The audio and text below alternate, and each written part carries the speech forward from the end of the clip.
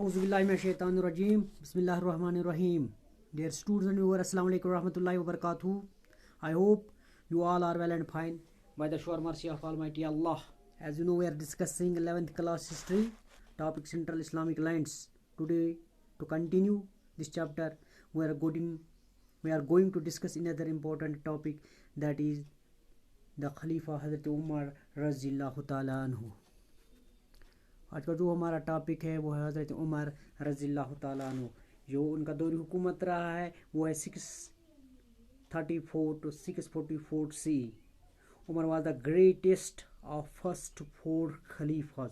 جو 4 خلیفہ خلفائے راشدین تھے ان میں سب سے گریٹسٹ حضرت عمر رضی اللہ تعالیٰ عنہ کو مانا جاتا ہے.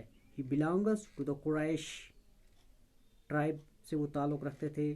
ہی was appointed after Abu Bakr کے بعد وہ اپوائنٹ ہوئے.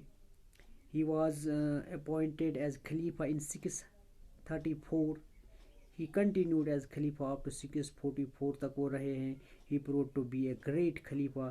ہی was a prudent man and thus he realized that it was not be possible to keep Ummah intact on the base of trade and general tax alone. جہاں تک حضرت عمر رضی اللہ تعالیٰ عنہ کا تعلق ہے تو جلیل القدر صحابہ تھے, خلیفہ میں تھے, تو فیئر لیس خلیفہ اس سے مانا جاتا ہے آف دس ٹائم. یعنی Umar was without doubt the greatest ruler of his time. جہاں تک اس کی پالیسی کا تعلق ہے, اس کے جو حکومت تھی اس میں اس نے کون سی تبدیلیاں لائی, چینجز لائے, تو اس نے اپنے اس ایڈمنسٹریشن اپنے اس امپائر کو ایکسٹینڈ کیا. Existed Byzantine empire to west میں جو تھی Islamic state of Sasania empire انٹس. جو بینزنٹینا امپائر تھی یا جو ساسینیا امپائر تھی وہاں پر جو لوگ تھے وہ کرسچنز تھے اور زرتوشنز تھے. Both these empires had been much influential in the recent past. But جب حضرت عمر خلیفہ رضی اللہ تعالیٰ عنہ خلیفہ بنے تو was not only a great conqueror, خالی وہ نہیں تھے بلکہ ایک گڈ ایڈمنسٹریٹر بھی تھا. اس نے اپنی اسلامی ریاست کو, اپنے اسلامی جو امپائر تھی اس کو 8 حصوں میں ڈیوائڈ کیا, 8 پروونسز میں ڈیوائڈ کیا. تو ایچ پروونس کا ایک ذمہ دار ہوا کرتا تھا, جس کو گورنر کہا جاتا تھا یا جس سے امیر یا ولی بھی کہا جاتا تھا. وہ رسپانسیبل ہوتا تھا, اس کے پاس پاورز ہوتے تھے لیکن وہ جواب دہ ہوتا تھا اپنے اس خلیفہ کے آگے, اپنے اس خلیفہ کے سامنے.